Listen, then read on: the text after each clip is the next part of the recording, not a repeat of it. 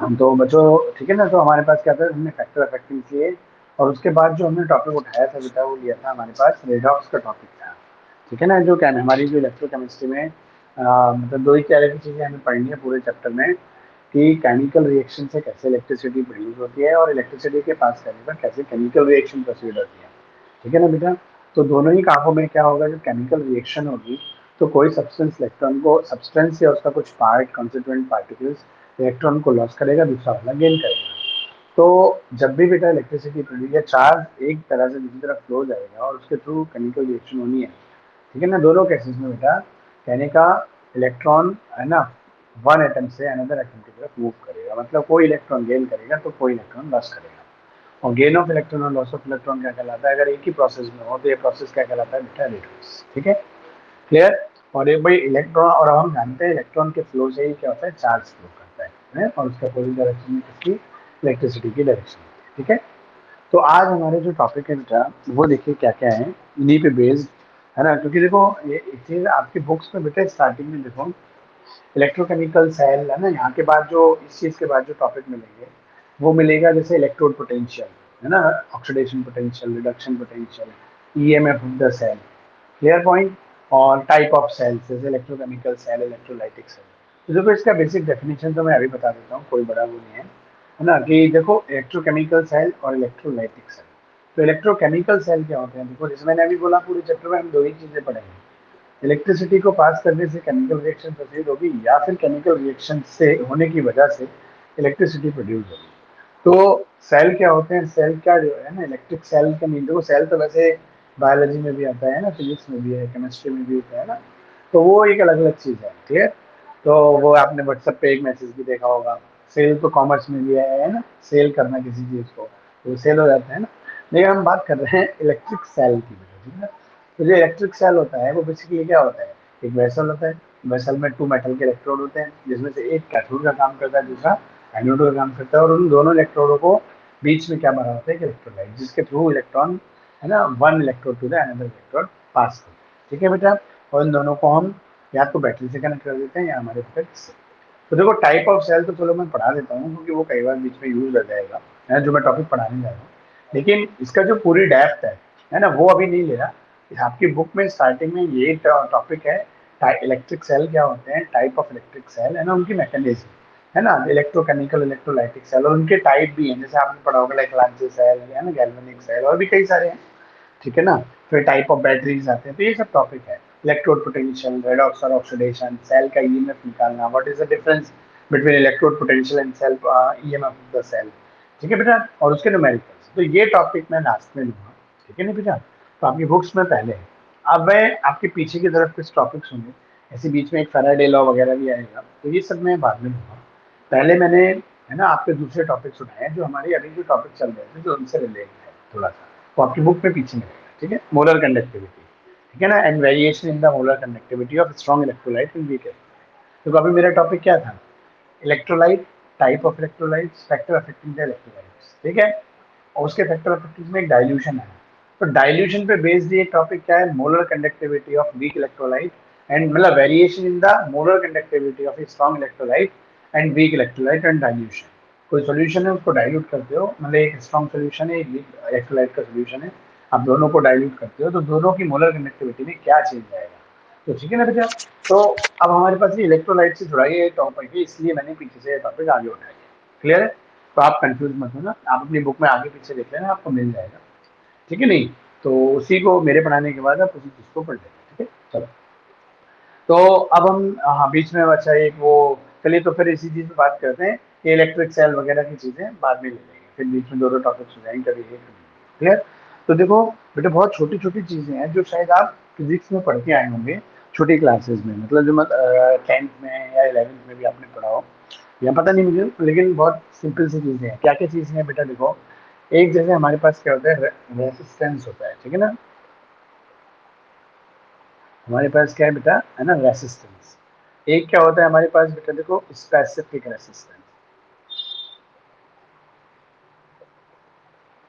है ना, specific resistance. एक हमारे पास होता है कंडक्टेंस। ठीक, एक इसी तरीके से क्या होता है ना, स्पेसिफिक कंडक्टेंस,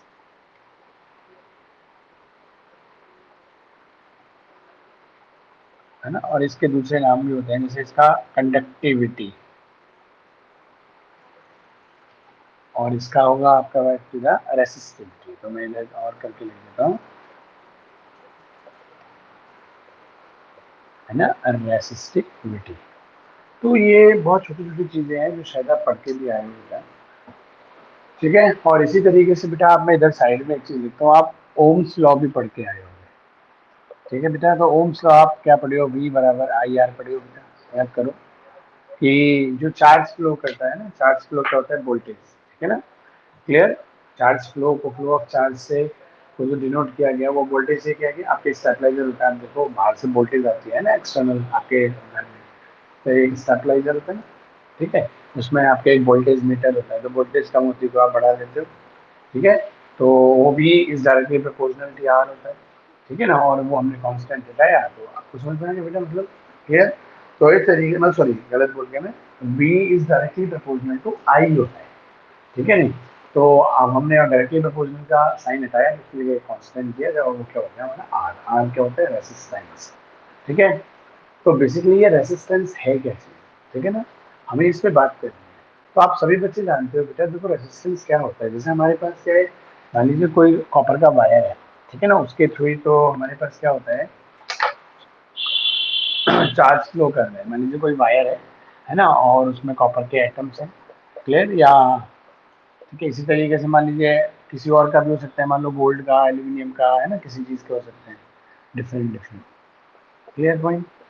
तो या फिर हमारे पास इस तरीके से ये भी कॉपर का वायर है और ये भी कॉपर का वायर है, लेकिन हमारे पास क्या हुआ, इसकी लेंथ, ठीक है, और जो विड्थ है बेटा, है ना, क्रॉस सेक्शन एरिया जिसको बोलते हैं, मतलब ये जो एरिया है ना, क्रॉस सेक्शन एरिया, क्लियर, इसमें भी आप जाएंगे तो ये बनेगा, क्लियर पॉइंट। ये बदल गया, अभी देखिए इसी की जरूरत पड़ेगी हमें, तो मैं इसीलिए वो डायग्राम पहले ही बना दिया। मेरा तो मान लो ये भी कॉपर का वायर है, यहाँ पे मैं भी चार्ज का फ्लो करा रहे हो, आप इसमें भी चार्ज का फ्लो करा रहे हो, क्लियर पॉइंट, कॉपर के एटम्स, क्लियर है। तो अब हमारे पास क्या कंडीशन होती है बेटा, कि आप भाई देखो कोई भी है आपके पास, दो तरह चार्ज कैसे फ्लो कराओगे, या तो मेटालिक कंडक्टर के थ्रू कराओगे, या आप क्या कराओगे बेटा, आयनिक कंडक्टर के थ्रू कराओगे। तो आयनिक कंडक्टर कहाँ यूज करते हैं, आपको पता है, उसका एक्वा सोल्यूशन बनाओगे, मोल्टन करोगे, ठीक है। यहाँ क्या है, ये आपके वायर के फॉर्म में है, शीट की फॉर्म में है, क्लियर पॉइंट। तो जब हम क्या करते हैं, चार्ज फ्लो बनाते हैं, है ना, तो आप इसमें पढ़ के आए हो, तो वी, है ना, ये जो बना, ये कैसे बना बेटा, V is directly proportional to I, है ना, और हमने इसको हटाया, तो एक कांस्टेंट जो होगा, है ना, V बराबर RI बोल दो या IR बोल दो, और R क्या है, R रेसिस्टेंस है। रेसिस्टेंस की डेफिनेशन भी आप लोगों को आती होगी, नहीं तो जिन बच्चों को नहीं आती वो सुन लो, ठीक है बेटा। तो चार्ज के फ्लो में जो एक ऑब्स्ट्रकल क्रिएट होता है, ऑब्स्ट्रकल मतलब एक विरोध पैदा होता है, जो फ्लो ऑफ चार्ज में है ना, बैरियर का काम करता है, ठीक है, क्लियर पॉइंट। तो वो हमारा क्या कहलाता है, रेसिस्टेंस कहलाता है, ठीक है ना बेटा। देखो रेजिस्टेंस की डेफिनेशन भी आपके इसमें लोगों क्या दे रखी होगी, कि it is an a property of a substance, ये क्या है, सब्सटेंस की एक प्रॉपर्टी है, बाय विच, है ना, it obstruct the flow of, है ना, इलेक्ट्रिक करंट थ्रू इट।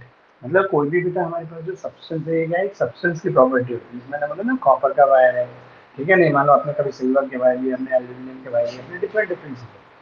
तो ये क्या है, एक सब्सटेंस की प्रॉपर्टी है, और जो एक ऑब्स्टेकल क्रिएट करती है इसमें, to flow the charge, charge के फ्लो में, मतलब सब्सटेंस की वो भाई चार्ज को फ्लो कराओगे, तो ये जो वायर होगा या शीट होगी, वो किसी न किसी मटेरियल की तो होगी, किसी न किसी सब्सटेंस की तो होगी, ठीक है ना। तो it is in a property of a substance, है ना, विच, है ना, क्रिएट द ऑब्स्टेकल, है ना, in the flow of charge, ठीक है, चार्ज का जो अपने थ्रू थ्रू इटसेल्फ, जब इसके थ्रू चार्ज फ्लो करेगा, तो उसके चार्ज के फ्लो में जो वेरिएशन ना, एक बैरियर क्रिएट करे, एक ऑब्स्टेकल क्रिएट करे, तो ये सब्सटेंस की ये प्रॉपर्टी क्या कहलाती है बेटा, हमारी रेसिस्टेंस कहलाती है, क्लियर है। और रेसिस्टेंस देखो डिपेंड किस पे करते हैं, कि आप ही बताओ, जैसे अभी मान लो ये वायर है ना, इसकी लेंथ है, तो ये आप पढ़ के आए होगे, जो रेसिस्टेंस है, क्लियर, वो डिपेंड किस पे करता है, कि रेसिस्टेंस आपके वायर की लेंथ पे डिपेंड करता है ना, जैसे आर, है ना, is directly proportional to length of the wire, और एक दूसरी चीज क्या होती है, R is inversely proportional to cross section area, ठीक है बेटा। तो क्रॉस सेक्शन एरिया क्या होता है, जैसे ये मैं आपको बता, क्रॉस सेक्शन एरिया ये आपका क्या कहलाता है, मतलब वायर कितना विड्थ है, विड्थ के अकॉर्डिंग क्या बन जाएगा बेटा, हमारा क्रॉस सेक्शन एरिया बन जाएगा। ठीक है, तो साइंटिस्ट लोगों ने ऑब्जर्व किया कि भाई ये रेसिस्टेंस जो क्रिएट हो रहा है तो किस हिसाब से हो रहा है। तो मान लो उन्होंने चाहिए कॉपर के दोनों वायर लिए, मान लीजिए पहले डिफरेंट डिफरेंट मटेरियल की भी नहीं, वो बात अलग है। पहले उन्होंने क्या करा, कॉपर के वायर लिए इसके, है ना, लेकिन उनकी डायमेंशन चेंज कर दी, मतलब है ना, उनका फिजिकल डायमेंशन चेंज किया। क्लियर। तो जैसे एक वायर उन्होंने कॉपर का लंबा लिया, है ना, और उसका क्रॉस सेक्शन एरिया मतलब विड्थ कम ली, चौड़ाई कम थी। ठीक है, जिसकी वजह से क्रॉस सेक्शन एरिया क्या हो गया, कम हो गया, लेंथ ज्यादा हो गई। क्लियर। एक उन्होंने क्या किया, लेंथ कम का कॉपर का ही लिया, कम लेंथ का लिया, लेकिन क्रॉस सेक्शन एरिया बढ़ा दिया। तब उसने दोनों जगह देखा कि फ्लो ऑफ चार्ज में क्या डिफरेंस आ रहा है ना, क्या ऑब्स्ट्रकल आ रहा है ना, तो कितना इजीली फ्लो हो रहा है, कहाँ पे, है ना, फ्लो थोड़ा बैरियर मतलब थोड़ा इफेक्ट किया। क्लियर। तो उन्होंने क्या, ऐसे डिफरेंट डिफरेंट और डिफरेंट डिफरेंट मेटल्स के, है ना, वायर्स पे, मेटल की शीट्स पे उन्होंने एक्सपेरिमेंट किए। ठीक है, सेम पे भी किए, सेम की डायमेंशंस बदल के डिफरेंट डिफरेंट के, मान लो इन्होंने डिफरेंट लिए तो उनकी वो चीज़ मतलब चीज़ें कंडीशन सेम रहती है। तो हमारे पास क्या था, तो इन्होंने क्या पाया कि जो रेसिस्टेंस होता है, जो बैरियर होता है, जो ऑब्स्ट्रकल होता है, ठीक है, फ्लो ऑफ चार्ज में, वो उस मटेरियल के जो आपने लिया है जिसके थ्रू चार्ज फ्लो करेगा, उसकी लेंथ का जो डायरेक्शन प्रोपोर्शनल है। मतलब क्या, कि जितनी ज़्यादा लेंथ होगी उतना ज़्यादा आपको ऑब्स्ट्रकल मिलेगा, आपको उतना ज़्यादा रेसिस्टेंस। ठीक है, और जितना क्रॉस सेक्शन एरिया होगा, है ना, ज़्यादा होगा, उतना क्या हो जाएगा, हमारा रेसिस्टेंस के वो इन्वर्सली प्रोपोर्शनल होगा। ठीक है, तो क्रॉस सेक्शन एरिया की इन्वर्सली प्रोपोर्शनल है रेसिस्टेंस, और हमारे इसके क्या होता है क्या कहते हैं, लेंथ के वो डायरेक्टली प्रोपोर्शनल होता है। ठीक है बेटा। तो इस तरीके से हमारे पास, अब इन दोनों को आप करोगे तो आपके पास क्या बन जाएगा, R is directly proportional to L upon E. अब इसको हटाएंगे तो बेटा हम क्या करेंगे, कांस्टेंट लेंगे। तो ये हमारे पास क्या हो जाता है, आर इसको हटा के कांस्टेंट दिया गया रो की तरह, है ना, रो, है ना, इंटू एल अपॉन ए। ठीक है, ये तो अभी हट जाएगा। ठीक है, तो इस तरीके से बेटा एक हमारा ये रेसिस्टेंस का फॉर्मूला बना, किसी भी मटेरियल का जो रेसिस्टेंस है वो उस मटेरियल की जो सब्सटेंस है बेटा, है ना, जो आपने सब्सटेंस लिया है, जो आपने ऑब्जेक्ट लिया है, उसकी लेंथ के directly proportional, cross section area के क्या होता है बेटा, इन्वर्सली प्रोपोर्शनल होता है। ठीक है, और इनसे एक रिलेशन बनाया, इसका साइन हटाया बेटा, है ना, इन्वर्सली, और आपके पास डायरेक्टली प्रोपोर्शनल है, इसको हटा के कांस्टेंट दिया, तो ये जो बेटा रो आया, ये रो ही क्या कहलाता है, आपका स्पेसिफिक रेसिस्टेंस। देखो रेसिस्टेंस कौन है, रेसिस्टेंस तो आपका ये, क्लियर है भाई, रेसिस्टेंस की डेफिनेशन भी क्लियर है। ठीक है, शुरू में हमने किससे लिया, देखो वही ओम्स लॉ के थ्रू लिया। क्लियर है भाई, कि भाई रेसिस्टेंस होता है क्या है? ठीक है ना, तो जब हम चार्ज फ्लो कराते हैं ना, जो बोलते हैं ना फ्लो ऑफ चार्ज, है ना, वोल्टेज तो V is directly proportional to I, ये आप सब पढ़ के आए हो ओम्स लॉ, तो शायद आई थिंक 9 10 में थोड़ा बहुत पार्ट है इलेक्ट्रिसिटी से रिलेटेड, आपने पढ़ा होगा ये 9 10 में, जब भी आया होगा 9 में नहीं होगा तो 10 में होगा। ठीक है भैया, तो ठीक है, रेजिस्टेंस की डेफिनेशन में तो किसी बच्चे को कोई इश्यू नहीं है। ठीक है ना, अगर उसी से हमने ये फॉर्मूला निकाला, तो ये जो कांस्टेंट आया बेटा, ठीक है, that is called specific resistance या रेसिस्टिविटी। क्लियर है पॉइंट। तो ये तो देखो इसी के बेस पे निकला है, जो रो का जो हमारा वैल्यू है ना, या रो का जो फॉर्मूला है, जो डेफिनेशन है, वो किस पे बेस्ड हो गई, रेसिस्टेंस पे बेस्ड। ठीक है, तो अब इसी पे अगर हम करना चाहें, इसी को अगर आप बनाना भी चाहो बेटा, देखो तो ये क्या है, आप रो को इधर ही रखो, तो आपके क्या बन जाएगा, R into A upon L बन जाएगा। ठीक है, तो ये हमारे पास क्या हो गया, आपके पास स्पेसिफिक रेसिस्टेंस या रेसिस्टेंस। तो बात तो ये कि मैंने बस क्या करा है, वहाँ आर इक्वल टू था, या अब मैंने रो इक्वल टू ले लिया, बस ठीक है। ठीक है बेटा, अब आती है बात कंडक्टेंस।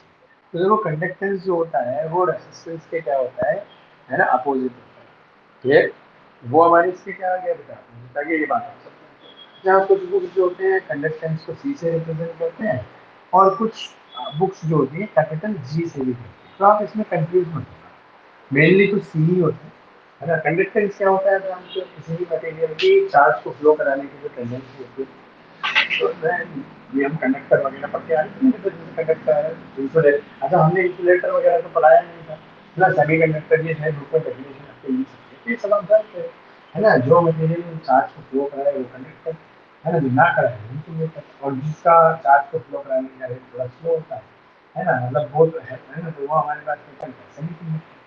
ठीक है बेटा, तो ये चीज़ हमारे पास है। तो अब हमारे पास है, तो कंडक्टेंस की डेफिनेशन में तो मुझे शायद कुछ बताना नहीं पड़ेगा। ठीक है ना बेटा, ये कंडक्टेंस क्या होता है, इलेक्ट्रिक चार्ज के फ्लो पे डिपेंड करते हैं। कंडक्टर की प्रॉपर्टी होती है कंडक्टेंस, है ना। तो क्या property, tendency to flow the charge, और वो किस पे डिपेंड करेगी, तो वो रेजिस्टेंस जितना कम होगा इसमें, है ना भाई, यहाँ पे ऑब्स्टिकल जितने कम होंगे, ऑब्स्टिकल का मतलब रेजिस्टेंस, ऑब्स्टिकल जितने कम होंगे उतना क्या होगा, कंडक्टेंस ज्यादा, ठीक है ना बेटा। तो इस तरीके से तो ये इससे क्या होती है ना, कंडक्टेंस इज इक्वल टू, ठीक है बेटा, सीधा सा फंडा। बिल्कुल यहाँ ऑब्स्टिकल जितने ज्यादा रहेंगे उतना फ्लो ऑफ चार्ज में क्या रहेगा, कम कर पाएगा, है ना, और यहाँ ऑब्स्टिकल जितने कम होंगे उतना फ्लो ऑफ चार्ज भी होगा। तो कंडक्टेंस क्या है, तो किसी कंडक्टर की चार्ज को फ्लो कराने की जो प्रॉपर्टी है, ये ना वही तो हमारे क्या कहलाती है, कंडक्टेंस। ठीक है बेटा। तो इस तरीके से। और जैसे अब देखो, और स्पेसिफिक जो कंडक्टिविटी होती है इसको रिप्रेजेंट करते हैं किससे हम, तो इनके रिप्रेजेंटेशन में इनके नीचे लिख देते हैं। जैसे रेजिस्टेंस का रिप्रेजेंटेशन किसमें है, कैपिटल आर में। रेजिस्टिविटी का रिप्रेजेंटेशन किसमें है, रो में। कंडक्टेंस का सी या फिर जी, ठीक है बेटा, या तो सी है या जी। ऐसे स्पेसिफिक हमारे पास जो कंडक्टेंस होता है ना, स्पेसिफिक रेजिस्टेंस कंडक्टेंस, इसका सिंबल क्या होता है, कि ये कप्पा में इसको बोला जाता है कप्पा, ठीक है ना। प्रोनाउंसिएशन में ऐसे होता है ना कि डेल्टा, जैसे को हम गामा बोलते हैं, इस तरीके से ये जो कि और एक तो कांस्टेंट की तरह कैपिटल के मत बनाना होता है। ये थोड़ा सा क्या होता है, इस टाइप से होता है, ये थोड़ा सा इसका बनाने का जो वे होता है, ये थोड़ा सा होता है, ठीक है। तो जो कंडक्टिविटी है, रेजिस्टिविटी है इसका, वो क्या होंगे, वो हमारे पास इसके, क्योंकि जैसे मान लो कपा है, वो रो के क्या होगी हमारे पास, है ना, अपोजिट होगी। जैसे देखो, जो कंडक्टेंस है वो रेजिस्टेंस के क्या है ना, सी इक्वल टू 1/r। तो कंडक्टेंस इसके क्या होगा, रेसिप्रोकल तो नहीं होगा, है ना, तो 1/r होगी। कप्पा जो होता है वो कप्पा क्या, कंडक्टिविटी, कंडक्टिविटी क्या होगा, 1/रेसिस्टेंस, ठीक है, सीधा सा फंडा। तो मेन फोकस आपको यहाँ होना है, आपको रेसिस्टेंस आता हो, रेसिस्टेंस किस चीज पे डिपेंड करता है, उसके बेसिस पे जो एक फॉर्मूला निकलता है, जो कांस्टेंट आया, दैट इज स्पेसिफिक रेजिस्टेंस या रेसिस्टिविटी, एक ही बात है, स्पेसिफिक रेजिस्टेंस बोलो या रेसिस्टिविटी। क्लियर है भाई, इनके न्यूमेरिकल्स हैं आपके उसमें। और इन्हीं की हेल्प से मैं पढ़ा क्यों रहा हूँ ये सब चीजें, इन्हीं की हेल्प से आपको मोलर कंडक्टिविटी निकल के आएगी, समझ में आ गया नहीं। ठीक है, तो हमारा जो मेन फोकस पॉइंट है, चाहे थ्योरी का सवाल जो बोर्ड में आता हो वो या न्यूमेरिकल आती है, तो बेसिकली मोलर कंडक्टिविटी क्या आता है, इक्विवेलेंट कंडक्टिविटी आता है। और इक्विवेलेंट कंडक्टिविटी में जरूरत पड़ती है कंडक्टिविटी की, या मोलर कंडक्टिविटी में जरूरत किसकी पड़ती है, कंडक्टिविटी की, सी की, कप्पा की। तो कप्पा कहाँ से निकलेगा, रो से, और रो कैसे निकलेगा, रेजिस्टेंस और L/A। तो आप समझ में आगे जुड़े हुए कैसे हैं।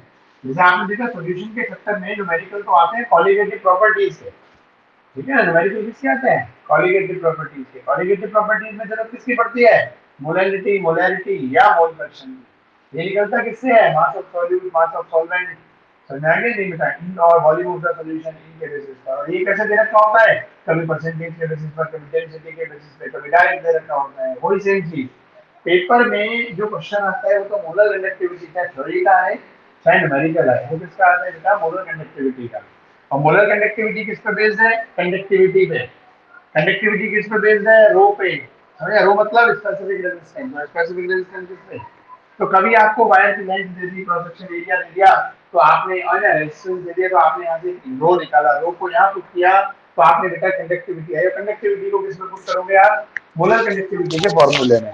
तो इस तरीके से बेटा आपको क्या मिलता है, मोलर कंडक्टिविटी निकल के आती है।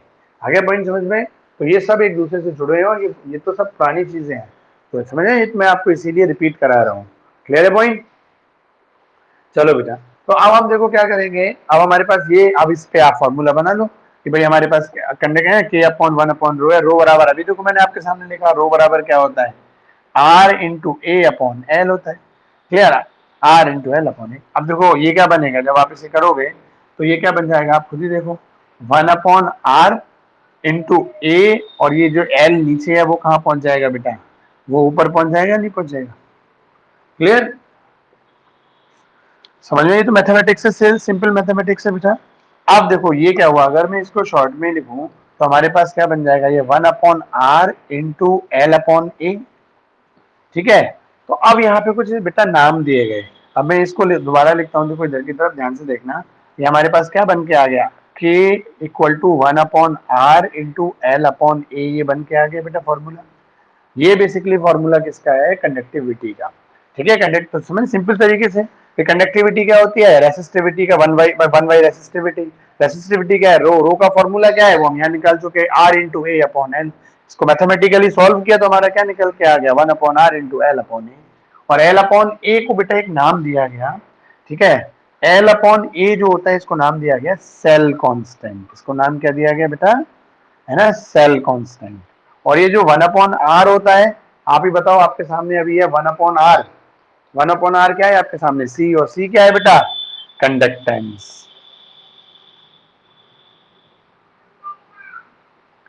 ठीक है बेटा, तो अब आप समझ में आ गया। आपकी बुक में एक फॉर्मूला मिलता है, conductivity equal to conductance into cell constant. अब वो समझ में आया, वो फॉर्मूला कहाँ से मिलेगा, हर बुक आप किसी भी बुक से पढ़ोगे, इवन एनसीईआरटी लो, 10 ईयर्स लो, सबके ये एक फॉर्मूला मिलता है। ठीक है, तो मतलब रिटन फॉर्म में पूरा होता है फॉर्मूला कि कंडक्टिविटी या specific conductance equal to conductance into cell constant. अब समझ में आया ये कैसे बना। अब देखो आपके सामने सारी चीजें हैं भाई, हमारे पास के में रो लगाया, रो की वैल्यू लगाया, फॉर्मूला बन के आया के equal to 1 upon R into L upon A. 1 upon R आपके सामने ये रहा, देखो 1 अपॉन आर क्या होता है, सी, सी क्या होता है, कंडक्टेंस, तो मैंने इसकी जगह क्या लिख दी, कंडक्टेंस। एल अपॉन ए, हाँ इसको एक टर्म दिया गया सेल कांस्टेंट। ठीक है बेटा, सेल कांस्टेंट क्यों आया बेटा, देखो इसलिए कि अगर आपकी वायर की लेंथ और उसका क्रॉस सेक्शन एरिया फिक्स है, तो जो ऑब्स्ट्रकल है, जो रेजिस्टेंस है वो फिक्स है, वो तो नहीं बदलेगा ना बार बार। ठीक है नहीं, और तो चार्ज के फ्लो जो होगा, जो एक रेट होगा वो सेम रहेगा। समझ में आ गया। तो इस वजह से है ना, यहाँ पे हमारे पास क्या है, इसको एक नाम दिया गया सेल कांस्टेंट, क्योंकि देखो पोटेंशियल फिक्स रहेगा, वोल्टेज फिक्स रहेगी, है ना। और वोल्टेज क्या होता है, सेल की क्या निकालते हैं हम, यहाँ इलेक्ट्रोड पोटेंशियल है ना, पोटेंशियल होते हैं, पोटेंशियल से सेल पोटेंशियल आता है। ठीक है नहीं, तो वो सेल वर्ड इसलिए आया। अभी तो आपको ये थोड़ा सेल पढ़ा ही नहीं ना, तो थोड़ी सी चीजें मतलब देखो वर्ड समझ में आया कैसे है भाई। एल अपॉन ए बराबर रहेगा, मतलब देखो आपकी वायर की लेंथ और ए फिक्स है, वो थोड़ी बदल रही है। ठीक है नहीं, तो आपने एक बार बना दी, सेल में जो भी डाला आपने बना दी। तो एल आर फिक्स्ड है, आर मतलब रेजिस्टेंस, मतलब बैरी, जो आपको ऑब्स्ट्रकल मिल रहे हैं वो फिक्स है।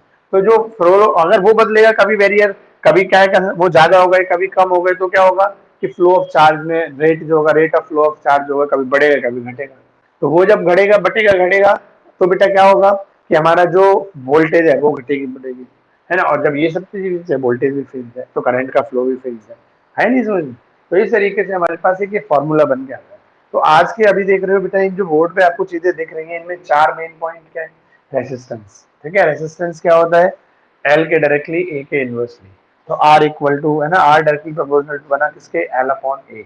इसको हटाया तो हमने कांस्टेंट दिया, वो कांस्टेंट ही क्या कहलाता है, स्पेसिफिक रेसिस्टेंस। ठीक है बेटा, ये हो गया हमारे पास। ठीक, अब देखो इस तरीके से रेसिस्टेंस और कंडक्टेंस क्या होता है, वो रेसिस्टेंस है ना, conductance equal to 1 upon R, है ना। और 1 अपॉन आर, और हमारे पास स्पेसिफिक कंडक्टेंस क्या होता है ना, स्पेसिफिक कंडक्टिविटी 1 अपॉन रेसिस्टिविटी। सीधा सा कंडक्टेंस हो गया 1 अपॉन आर, और कंडक्टिविटी का हो गया 1 अपॉन रेसिस्टिविटी। ठीक है, इनके फॉर्मूलेज लगा, ये बन गया। ठीक है, क्लियर है। आगे बढ़े, बताओ बच्चों, यहाँ पे तक तो आपको कोई इश्यू नहीं है। हाँ जी बच्चों, यहाँ तक बताओ। चलो, क्योंकि ये तो एक सिंपल, अब आगे बढ़ते हैं बेटा। देखो हम बढ़ते हैं मोलर कंडक्टिविटी की तरफ और इक्विवेलेंट कंडक्टिविटी की तरफ। ठीक है, माँ का क्या डिस्टर्ब है।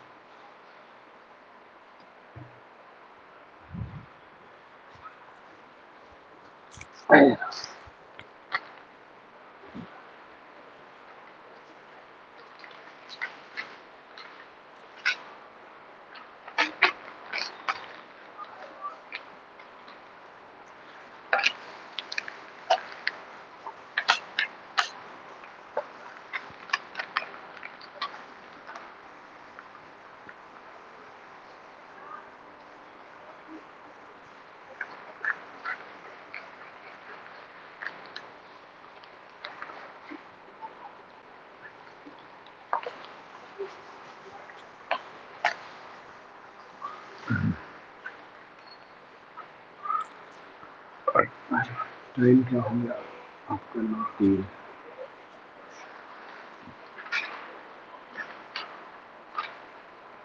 अच्छा, इनक्यूबेटर की यूनिट्स वगैरह का चक्कर है, मैंने मिटा दिया। ठीक है, इन पे भी कभी कभी सवाल आ जाते हैं। तो देखो, जो हमारे, आप जानते हो रेजिस्टेंस की यूनिट क्या होती है, ओम होती है। तो ठीक है, तो जहाँ 1 अपॉन आर आया है, तो वहाँ क्या बन जाएगी यूनिट, मतलब कंडक्टेंस की यूनिट क्या बन जाएगी आपके, ओम इनवर्स बन। ठीक है ना पॉइंट। भाई देखो रेजिस्टेंस की यूनिट जो होती है वो क्या होती है आपके पास, ओम, है ना, शॉर्ट में बोला गया ओ, है ना, OHM, ओम, है ना। और वैसे जाओ तो आप निकाल सकते हो, ठीक है नहीं भाई, V बराबर आई आर, तो आर निकालोगे V अपॉन आई, तो वहां से भी आप यूनिट निकाल सकते हो, ठीक है ना बेटा। तो वो डिपेंड करता है। तो एक इनकी यूनिट्स को थोड़ा देखना, आप जैसे लेंथ है, लेंथ हम यहाँ सेंटीमीटर में लेते हैं बेटा, ना क्रॉस सेक्शन एरिया क्या हो जाएगा, सेंटीमीटर स्क्वायर हो जाएगा। तो आप इनकी यूनिट्स का चक्कर होता है वो आप देख सकते हो, है ना, कभी कभी पूछ लेता है, पहले आते थे ये सवाल, अब नहीं आते, ठीक है ना, तो कोई इतना बड़ा इशू नहीं है। चलो अब इससे आगे बढ़ते हैं, देखो हमारे पास जो चीज है, हाँ मोलर कंडक्टिविटी की तरफ बढ़ते हैं। तो कंडक्टिविटी तो समझ में आ गया आपको, है ना। अब हम बढ़ते हैं किसकी तरफ बेटा, देखो मोलर कंडक्टिविटी और इक्विवेलेंट कंडक्टिविटी। ये कंडक्टिविटी के बेटा दो टाइप आते हैं, ठीक है, दो वे हैं, एक मोलर और एक इक्विवेलेंट कंडक्टिविटी। पहले मोलर की बात करते हैं क्योंकि यही सबसे ज्यादा इंपॉर्टेंट है, तो ध्यान से देखना, ठीक है बेटा। तो ये इसमें क्या करते हैं बेटा, जैसे मान लीजिए इन्होंने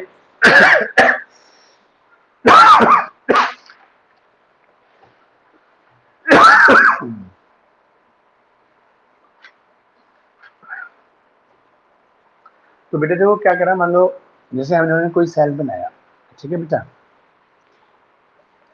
और उसमें मान लीजिए कोई सॉल्यूशन बना, तो सॉल्यूशन की कोई ना कोई तो कंसंट्रेशन होगी। कंसर्न मान लो NaCl का एक्वस सॉल्यूशन है ना, मान low concentration of aqueous solution of NaCl, वो मान लीजिए इन्होंने 1 मोलर, है ना, टेम्परेचर और वो एसटीपी की कंडीशंस ली, स्टैंडर्ड टेम्परेचर प्रेशर लिया फिक्स अपना, ठीक है। अब मान लीजिए इसमें इन्होंने क्या करा, एक इलेक्ट्रिक सेल दिया, मतलब ये दो इलेक्ट्रोड और कैथोड दिए ना, कैथोड और एनोड दिए, क्लियर पॉइंट। और उनमें इन्होंने क्या करा, इसको एक बैटरी से कनेक्ट किया, ठीक है बेटा। अब वही वाली चीज यहाँ से हमारे पास तो है, तो 1 एम्पियर की करंट 1 सेकेंड तक पास करी, ठीक है। तो इन्होंने देखा जी इसमें कितना चार्ज फ्लो करता है। अब आप ही बताओ बेटा, जैसे फॉर एग्जांपल मैं अगर अभी ये सॉल्यूशन है, सेम मतलब ये हमारे पास, यहाँ पर मैं सॉल्यूशन इसको बढ़ा के, है ना, सॉल्यूशन को 2 मोलर कर दूं, है ना, मतलब या कंसंट्रेशन चाहिए तो वॉल्यूम बढ़ाना होता है, चलो मैं वॉल्यूम भी सेम रखूं, कोई इशू नहीं है, चलो, है ना, मैंने वॉल्यूम मैंने यहाँ भी 1 लीटर रखा और मैं वॉल्यूम यहाँ भी 1 लीटर रखता हूँ। लेकिन अब मैंने क्या करा, यहाँ पर बेटा जो सोल्यूशन है वो 2 मोलर NaCl ले लिया और इसमें मैंने करंट पास किया, क्लियर है पॉइंट, ठीक है। इसके थ्रू, है ना, मैंने 1 एम्पियर का करंट, है ना, 1 सेकेंड तक पास किया, और यहाँ भी सेम कंडीशन है कि 1 एम्पियर का करंट, ठीक है ना बेटा, हमने और 1 सेकेंड तक पास किया, क्लियर है पॉइंट, कोई इशू। तो हमने जो चार्ज फ्लो करा रहे हैं वो सेम हो गया भाई, दोनों जगह हमने 1 एम्पियर का करंट पास किया और सेम टाइम ड्यूरेशन तक है, देखो टाइम बदलता है तो फ्लो ऑफ चार्ज बदलेगा, ठीक है ना। तो इस तरीके से हमने सेम करंट सेम टाइम तक, और जो सोल्यूशन है और मटेरियल भी सेम है, मतलब ये दोनों जिस मटेरियल के बने हुए इलेक्ट्रोड वही सेम यहाँ है, जो इलेक्ट्रोलाइट NaCl यहाँ है वो यहाँ है, बस क्या है ना, जो वॉल्यूम है वो वॉल्यूम सेम, बस हमने कंसेंट्रेशन बदल दी, है ना, एक 2 मोलर सोल्यूशन है और एक 1 मोलर सोल्यूशन। अब आप ही बताओ 2 मोलर सोल्यूशन का मतलब क्या है, 2 moles of solute are present in 1 litre of the solution, और 1 मोलर सोल्यूशन का मतलब क्या है, 1 mole of the solute are present in, ठीक है, 1 लीटर ऑफ द सोल्यूशन। तो आप मुझे बताओगे दोनों में जो नंबर ऑफ आइंस होंगे, Na आइन और Cl आइन, ठीक है लीना, वो क्या सेम होंगे या डिफरेंट होंगे बेटा, लीना बताओगे।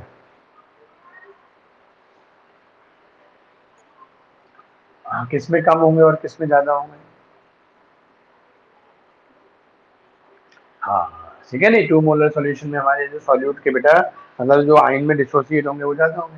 तो आप बताओ जब एक जगह आयन नंबर ऑफ आयन से ज्यादा है, नंबर ऑफ आयन एक जगह कम है, तो जो करंट का फ्लो होगा इनके थ्रू ही होता है, चार्ज का फ्लो जो होता है वो इसी के थ्रू होता है, आइंस के थ्रू, और आइंस की संख्या बदल गई, तो हमारा जो बेटा फ्लो ऑफ चार्ज है वो भी, मतलब दोनों सॉल्यूशंस का क्या मिलेगा, तो जो tendency to flow the charge है ना, वो भी डिफरेंट मिलेगी, वो वही चीज क्या कहलाती है, tendency to flow of charge. ये प्रॉपर्टी किसी भी हमारे सब्सटेंस की, ये प्रॉपर्टी हमारी क्या कहलाती है बेटा, आपकी मतलब कंडक्टेंस कहलाती है, कंडक्टिविटी कहलाती है, लेकिन ये उसकी कंसेंट्रेशन पे डिपेंड करके, ठीक है बेटा। तो यही चीज हमारे पास क्या जाती है, मोलर कंडक्टिविटी, समझ में आ गया, क्लियर है पॉइंट। तो अब देखो इसकी डेफिनेशन जो होती है वो प्रॉपर सुनो कि देखो स्टैंडर्ड कंडीशन में मोस्टली चीजों को हम क्या रखते हैं, वन रखते हैं। तो किसी भी इलेक्ट्रोलाइट के जो इलेक्ट्रोलाइट आइंस में डिसोसिएट हो जाए, इलेक्ट्रोलाइट का मतलब है वही जो आइन में डिसोसिएट हो जाए एक्वा सॉल्यूशन। तो कोई इलेक्ट्रोलाइट जिसकी 1 मोलर कंसेंट्रेशन है, हम उसमें अगर है ना 1 सेकेंड तक 1 एम्पियर की करंट पास करें तो इस सॉल्यूशन के थ्रू कितना चार्ज फ्लो किया, समझ में आ गया नहीं?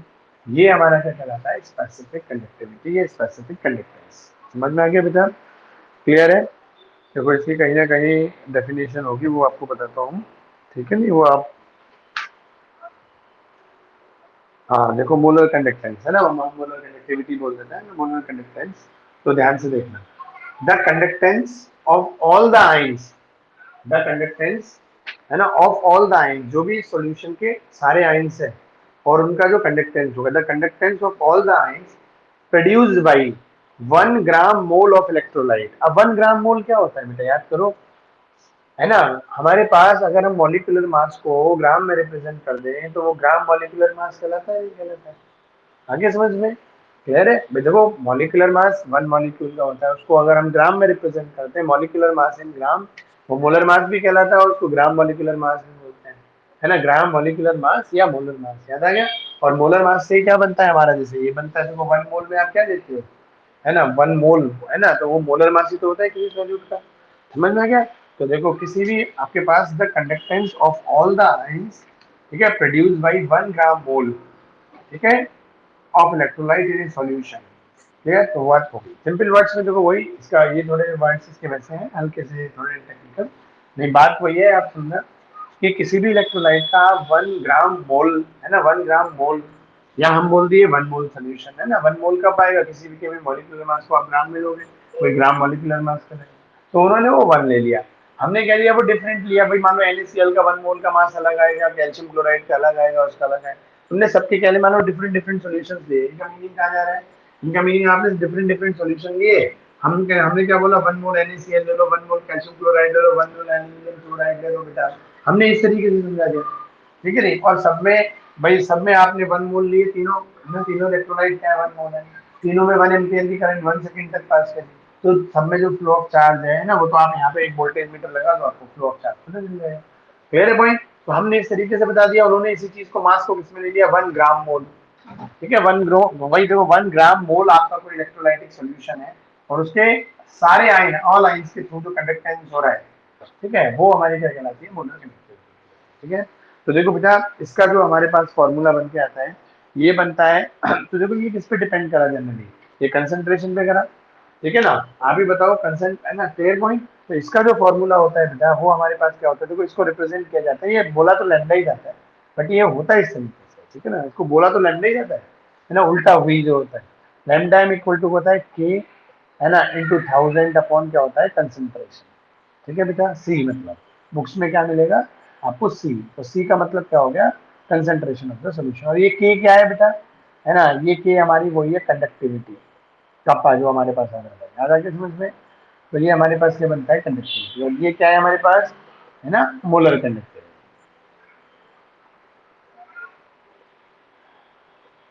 ठीक है, तो देखो कंडक्टिविटी और मोलर कंडक्टिविटी में बस जो डिफरेंस आया वो किस चीज का आया, हमने एक फिक्स कर दिया, है ना, जैसे 1 मोल ऑफ द सब्सटेंस, मतलब solution of 1 mole of the substance के थ्रू जो कंडक्टेंस प्रोड्यूस हो रहा है, हम या 1 ग्राम मोल सब्सटेंस के जो सारे आयंस हैं उसके थ्रू जो एक कंडक्टेंस हो रहा है, तो ये जो एक मोल के टर्म में जो फिक्स कर दिया, है ना, जो सब्सटेंस लिया इन्होंने मोल के टर्म में लिया, बस वो हमारे किस में चला गया, मोलर कंडक्टिविटी में, नहीं तो कंडक्टिविटी तो आप कभी भी निकाल सकते हो, उसमें कोई ऐसी फिक्स नहीं थी।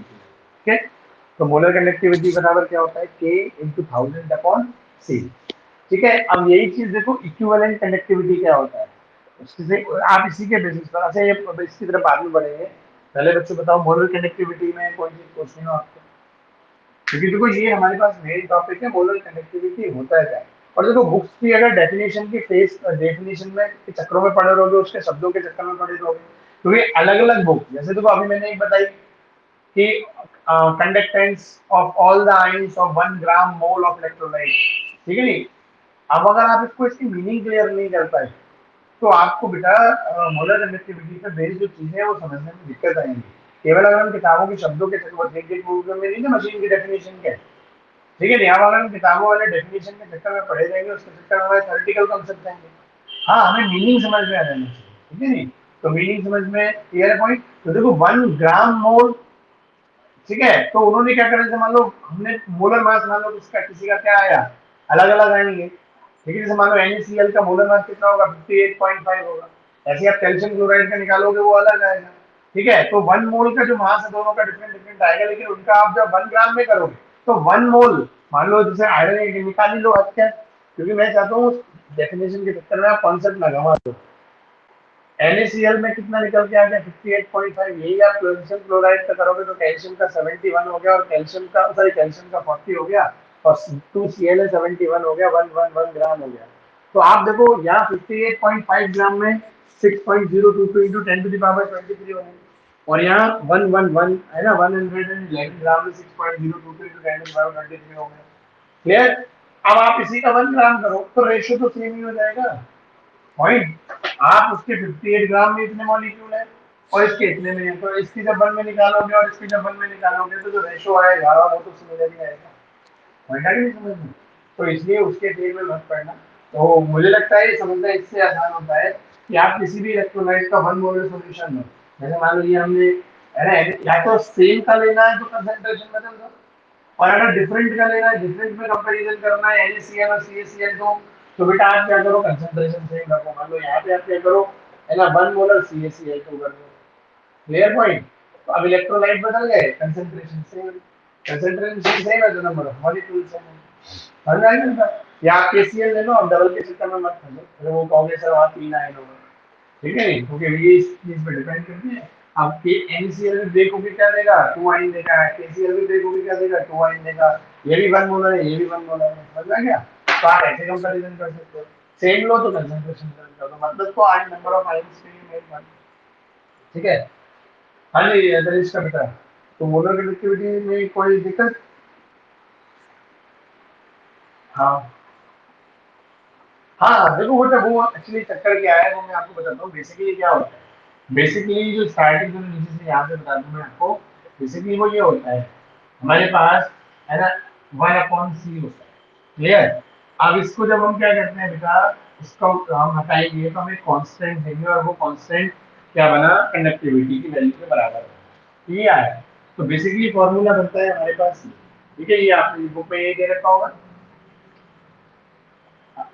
अब देखो क्या होता है, जो मोलर कंडक्टिविटी होती है, आपने देखा ये क्या है, या तो मोलरिटी, मतलब जी जनरली क्या होती है, जब हम मोलर मोलर की बात कर रहे हैं तो ये क्या मिलेगी, जो कंसंट्रेशन मिलेगी वो क्या मिलती है, मोलैरिटी मिलती है, मिलती है। और मोलैरिटी में हम क्या करते हैं, वो 1 लीटर वाला चक्कर होता है, और अगर हमारे पास ml में सोल्यूशन दे रखा है तो हम ऊपर की तरफ 1000 से मल्टीप्लाई करते हैं कि नहीं करते हैं।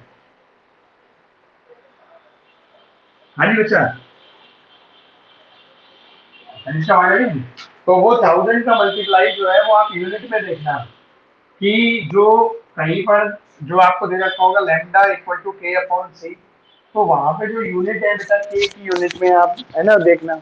और एक जब आप क्या करोगे K/C इंटू 1000 कर दोगे तो उसकी यूनिट में देखना, है ना। तो वो यूनिट की वजह से, मतलब जो यूनिट कन्वर्जन होता है, जैसे हम कर लेते थे ना, मोलैरिटी में नीचे वॉल्यूम अगर लीटर में दे रखा है तो हम ऊपर 1000 की मल्टीप्लाई नहीं करते थे, और अगर नीचे हमारा ग्राम में दे रखा, सॉरी ml में दे रखा होता है तो हम क्या करते थे, उसको 1000 से मल्टीप्लाई करते थे ml को लीटर में कन्वर्ट करने के लिए, समझ में आ गया। सेम ये वही चक्कर है, वो यूनिट्स का फेर है, आप उसमें देखो, ठीक है बेटा। हाँ जी लीना बताओ, मोलर कंडक्टिविटी में कोई डाउट। चलो अच्छी बात है, और बताओ बेटा किसी भी बच्चे को दर्पण। हाँ जी दीपेश, दीपेश, और मेरा याद नहीं आ रहा आपके दिन से, अरे कल आया था, अच्छा परसों भी था, अच्छा, और आज ये अनुज नहीं आया है भाई, सोनी अनुज कहाँ गया।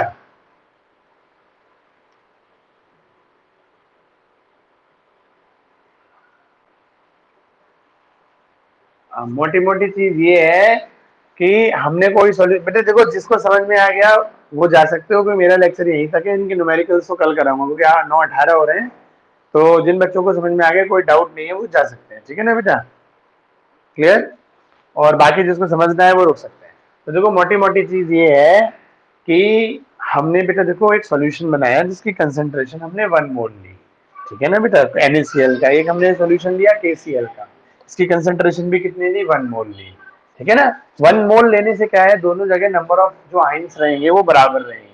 भाई NaCl भी टूट के NaCl आइन 2 आइन प्रोड्यूस करेगा, KCl भी 2 आइन प्रोड्यूस करेगा, है ना। और 1 मोल का मतलब क्या हो गया, दोनों की संख्या बराबर होना, ठीक है। तो दोनों में नंबर ऑफ आइंस जितने, इसमें नंबर ऑफ आइन, क्योंकि कंडक्टिविटी नंबर ऑफ आइंस पे भी डिपेंड करती है ना, जितने ज्यादा आइन कम है, ठीक है। तो दोनों जगह नंबर ऑफ आइंस बराबर रहेंगे, वॉल्यूम भी बराबर है दोनों जगह का, समझ में आ गया। इसका मतलब कंसेंट्रेशन क्या हो गई, दोनों जगह की सेम हो गई, क्लियर पॉइंट, कंसेंट्रेशन सेम इसलिए, है ना। और सेम हमने करंट पास किया, जितना इधर उतना इधर, और जितनी देर तक किया उतनी देर तक किया। तो वही मैंने बोला कि हमने 2 डिफरेंट इलेक्ट्रोलाइट्स लिए, और है ना 1 मोलर सेम कंसेंट्रेशन के लिए 1 एम्पियर की करंट 1 सेकंड तक पास करी, तो दोनों में जो चार्ज को फ्लो कराने का रेट है वो क्या होगा, अलग अलग होगा। क्योंकि देखो क्या है, Na आइन Cl आइन का जो सेपरेशन का रेट होगा वो अलग होगा, K आइन और Cl आइन का अलग होगा, ये आप पीरियोडिक टेबल में पढ़ चुके हो।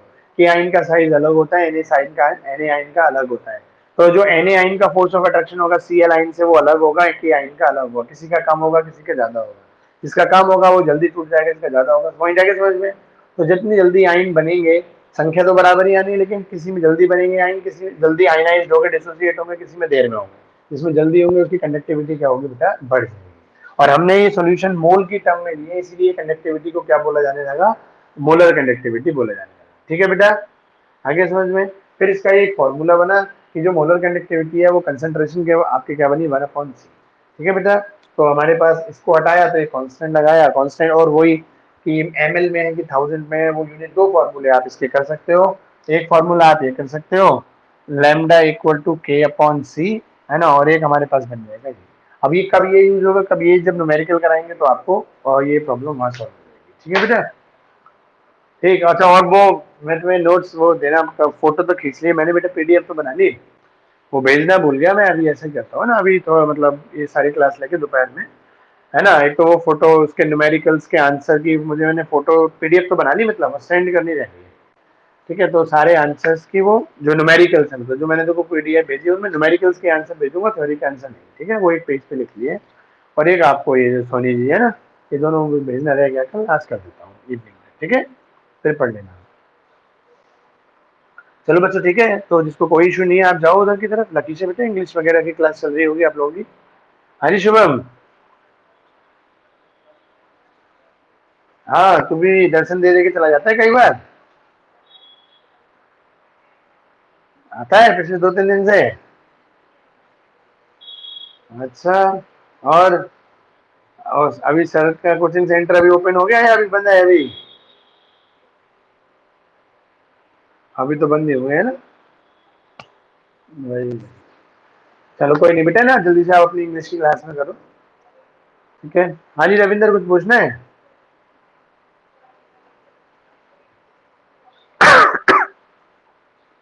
कुछ पूछना है तो जाओ फिर, इंग्लिश की क्लास करो जल्दी से, मैडम के पास जाओ जल्दी।